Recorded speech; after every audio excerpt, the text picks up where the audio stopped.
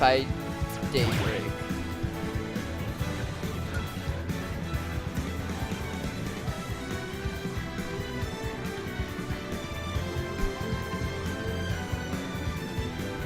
And the pick and ban should be coming through.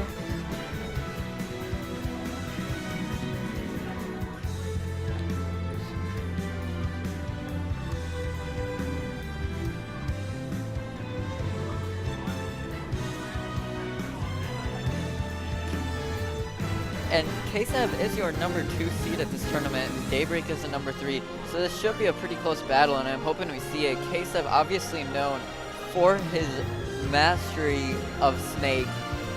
And we've seen a couple Snakes on the stream today. And we'll see if he can do a good job of boxing out Daybreak. Using those mines, using that Nikita, using the grenades, kind of get around. Or will he opt to go for a more physical approach, or a mix of both? I love to see the physical side. Usually doesn't happen because that's silly, but you love to see it. Daybreak will be pulling out his Fox. We saw earlier he pulled out his Fox, got upset, and went Palutena. Or no, I'm sorry, you got beat by Palutena. But his Fox is back, and Ksev ducking under those bullets. He knew they were coming.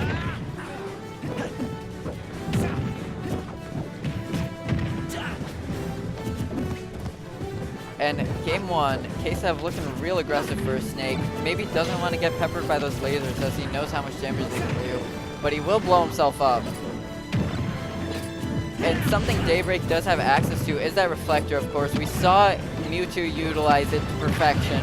And we'll see if Daybreak manages to use it to get around these grenades, kind of shoot them right back at Ksev, and just keep himself safe against these zoning tools. And that forward smash almost caught the 2-frame. That would have been massive. And Fox, super light, that would have done it. But Daybreak looking for a nair up smash, but ooh, Ksev up tilt at 97, that'll do it. And he doesn't see the mine, that'll catch him and give him a free ride back to stage, but bad air dodge. We'll get punished for it. And we have a pretty close game, ladies and gents. You'll love to see it. Ksev doing a good job of covering all the options. He covered the roll and he covered the neutral getup and the getup attack with that grenade and the backer. And that's something that Snake mains will do such a good job of. They can leave a mine at one option, they can leave a grenade at another, and then put an F smash, and then put a hitbox out. It's super scary to fight against, and sometimes people just sit on the ledge. Oh my god, that timing! Ksev times that to perfection, catches the Firefox, and he reads that Daybreak will aim it right at him, and oh no, okay, he's back. Thought we might see an early stock there. But Daybreak getting peppered by these projectiles as Ksev just looking to extend his lead as the grenades get him out of dodge as he gets back on the stage for free. Ksev doing an excellent job of using the spacing tools he has. But that up air will do it, and oh no!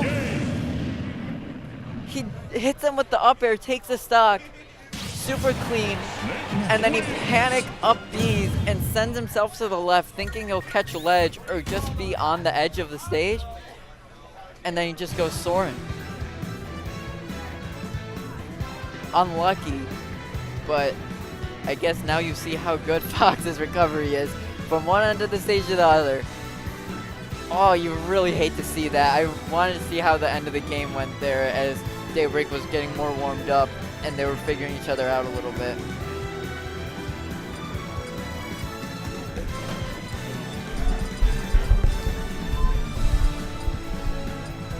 Hello everyone. Kenta hopping on the mic. What's up? Did you catch game 1? I did not. It was a pretty close game. Ksev took it because Daybreak took a second stock and then upbeat off the stage. Unlucky, yeah. But Daybreak looking to get his revenge. Yeah, this is one of Daybreak's best characters in Smash 4, and he doesn't play too differently in this game. Yeah, he's a little better but I feel like he dies so much earlier in this game. But I wasn't a Fox enthusiast in Smash 4, so I'm not sure. Yeah, I definitely think that Snake has a bit of a hard time in this matchup. Fox just does not let him set up. He's got the reflector, keep like grenades and stuff off of him. And he doesn't have a problem killing him, which is really important because Snake is one of the heavier characters in the game, and so his ability to live against most characters in the cast means that like he gets a lot of mileage out of it. Yeah, and that up tilt will be good. Oh, another one. I was about to say we saw how explosive of a start Daybreak had to that first stock, which is strange because he actually decided to run it back on FD after he kind of got bodied on the first 2 stocks of game 1. But he had such a good first stock, and then Ksev finds 2 up tilts at 80 and 90%, and that's it. Like you mentioned before, Ksev's weight will help him stay alive at 130 here, but Daybreak will be fishing for those nair up smashes. I think a back air into the ledge will definitely kill him as well. Yeah, for sure. There we go. Got him with the up air. Yep. If there's one thing I've noticed from Daybreak and Ksev's sets, because they've played a fair amount since the game came out, they're very swingy. Like, one person will be very much in the lead, and the other person will be very much in the lead, and they'll go back and forth like that a lot. They adapt to each other really very well. Ksev's getting a little presumptuous with these forward smashes. And we see Ksev looking for those forward smashes on the ledge. We saw it in game 1 as well, and Daybreak's doing a pretty good job of getting around it, as well as the Nikita. You saw him throw it out, and he just kind of reflected it. But Ksev is really swinging on this second game, as Daybreak is not having an easy time finding these hits or these stocks, frankly. Yeah, Ksev is using up tilt really well as an anti-air, and so it's making Daybreak just stay very grounded, which does not let Fox set up into some of his best combos. He gets a lot of his best stuff off of things like Nair. Yeah, and of course Snake loves it when the other character is grounded, right where those grenades are gonna land on you. Great parry. Oh my god, that was so turnaround nice. up tilt. And something Ksev has been doing a really good job of is every time he takes the stock before Daybreak, he's been getting that percent without dying. He's really been living, like, just kind of extending his life and finding those just grenade hits to slowly kind of hit Daybreak. He hasn't really been winning neutral, he's just been more zoning after taking those stocks. Well, zoning is winning neutral. Well, yeah, but it's just winning neutral in a different way that a lot of people aren't a fan of. Yeah. That was a great bait for Ksev to try and get Ksev to shield grab with the back air. Classic Smash 4 Fox stuff. Yeah, as I say that though, Ksev doesn't find that much percent extra credit there. And this is Daybreak's best chance at winning a game. He's had the whole time. This is the closest the game's ever been. Great, 40%. Quick bread and butter right there. Daybreak was never known as an incredibly combo-heavy Fox, but he plays very, very intelligently. Yeah, and he's also been using the lasers pretty well. He's been finding his moments to shoot the lasers without getting caught by the grenades. But oh no, he didn't pay attention. Oh, he's just barely, but he was not paying attention to where that C4 was waiting. Yeah, I was about to say he's really dancing on the C4, but I guess he didn't notice it. Oh no! What? How does he not get punished? This is so tight. I can hear Daybreak exhaling because he's getting spooked. This is the last game, and what a game. The forward smash. Oh my god. Okay, that was a great shine stall to get away from the up tilt. He definitely knew the Ksev was trying to anti-air him with that. Good up smash, almost up. Oh no! He must have been holding onto a grenade, and he didn't realize it. He was holding a grenade the whole time, gets up smash, and then it blows up in his hand at the very top of the blast zone. Daybreak actually was very on top of Ksev's grenades in that game. Like, there was one time where he's paying attention close enough that he was able to react to Ksev holding a grenade out of one of his throws and get a decent combo off of it. Yeah. Daybreak really adapted in that second game to his grenades, and you weren't here, but in that last stock of game 1, he did a really good job of kind of figuring out Ksev's pattern, and he got around it really well up until the SD, but... Looks like Ksev's might be questioning something about his controls. Maybe something up with his controller. Yeah. Maybe this is why he didn't go for those down throw F tilts as much. Looks to be fine. One little thing I appreciate is they finally let you grab the sandbag. Yeah. Like, it was always very annoying in Smash 4 when like you could do everything else to practice on it, but you couldn't practice throw follow-ups. Like when you're just like messing around like the lobbies, like waiting online or something like that. Sandbag for DLC? Could happen. I don't see it as very likely, but it'd be pretty interesting.